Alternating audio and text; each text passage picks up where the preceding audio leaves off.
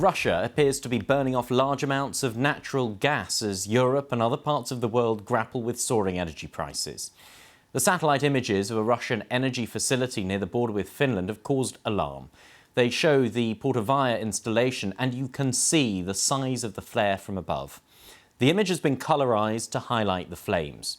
One estimate suggests as much as $10 million worth of gas is being burnt every day. And this is thought to have been going on for months.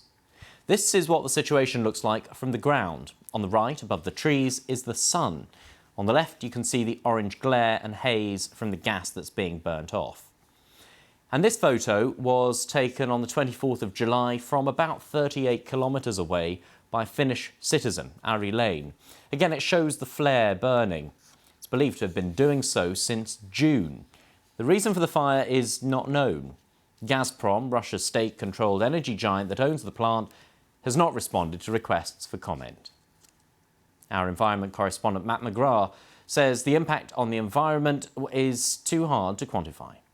It's very difficult to be precise about what impact it will have on the environment in the Arctic, but the scientists that I've spoken to are as one in saying that this is a very bad idea for the Arctic because this facility is located close, it's in northwest of St. Petersburg, it's close to the Arctic Circle.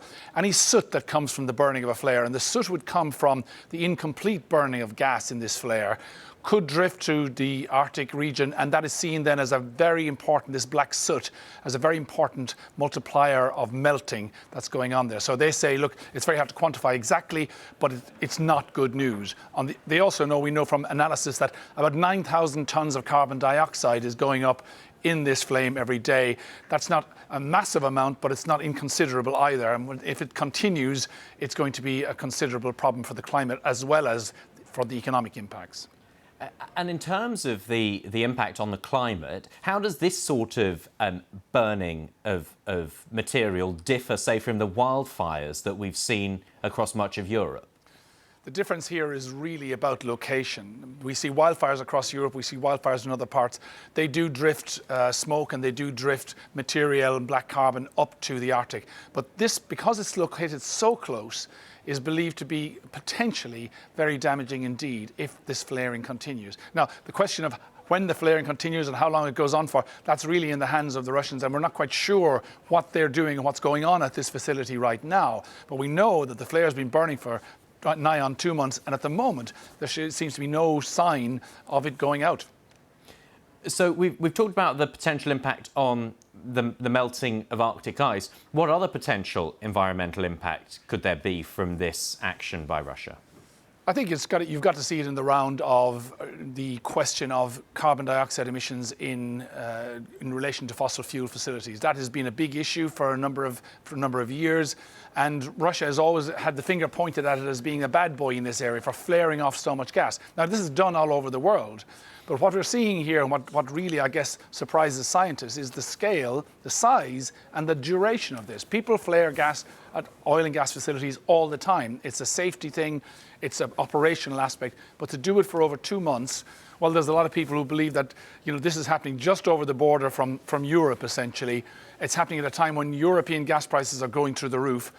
And the German ambassador to the UK, speaking on the BBC this morning, made it clear that they believe that the Russians are burning off this gas because they've got nobody else to sell it to. So there's a number of factors, hard to say exactly what's going on, but the location is interesting, being so close to the borders of Europe that it can be seen from Europe. It's Matt McGrath there, our environment correspondent. Well, as I mentioned earlier, it's thought Russia's burning off of the gas is costing roughly $10 million a day. Earlier, I spoke to Mike Fullwood, Senior Research Fellow at the Oxford Institute for Energy Studies, and I asked him how much of an effect the situation at Portovaya could have on prices globally. I think obviously it doesn't look very good in terms of the flare and the amount of gas being flared and the environmental impact, but it is not that significant amount in the whole scheme of things. It sounds a lot, sort of $10 million a day. That's mainly because of the price, but in the context of Russia's gas production, it's less than 1% of their total gas production, and it's a very, very small amount of annual sort of European demand. So it is not a huge amount, basically. So it's probably not having any real impact on prices. Prices are high enough anyway. But it is slightly puzzling, as your correspondent says, as to why it's gone on for so long. So it's difficult to understand that. You can imagine a day or two if there's pressure issues at the plant, given the very low level of flows from the plant. This goes into the Nord Stream pipeline. It's difficult to understand why they're not just putting it in the pipeline.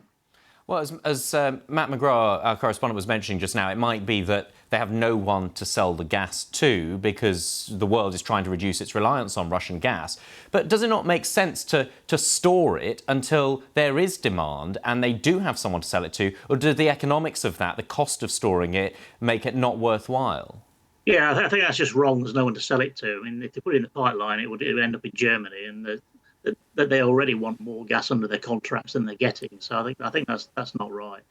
In terms of storing it, well, there's no storage facilities at the plant.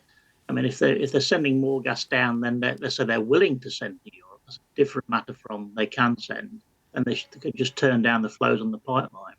I mean, in early June, the pipeline was flowing at 160 million cubic meters a day. It's now down to just over 30. So they've managed to reduce the flows significantly to get down to that level. So an extra 4 million a day. It is extremely puzzling as to why they're doing it.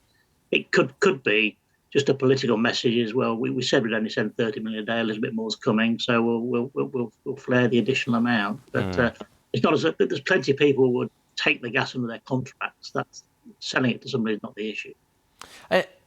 In terms of the pressure on households and businesses across Europe and even beyond around the world, because of soaring energy costs, a lot of countries are trying to source their energy from places other than Russia. Yeah. Where do you think they are most likely to succeed? Where should they be looking, in your view? I mean, there isn't really any additional available supply in the market to replace Russian gas. What's been happening is we see a lot of liquefied natural gas come in by tanker, both to Europe and especially to the UK. And a lot of that has come from the US, the big US facilities. Quite a lot comes from Qatar, bits from Algeria, Nigeria. They're the predominant sellers of liquefied natural gas to Europe. But obviously a lot from Norway, but Norway flows have been running flat out, maximum capacity for most of this year. So the US is the big change this year in terms of replacing the lost Russian gas. Huge amounts have come from the US.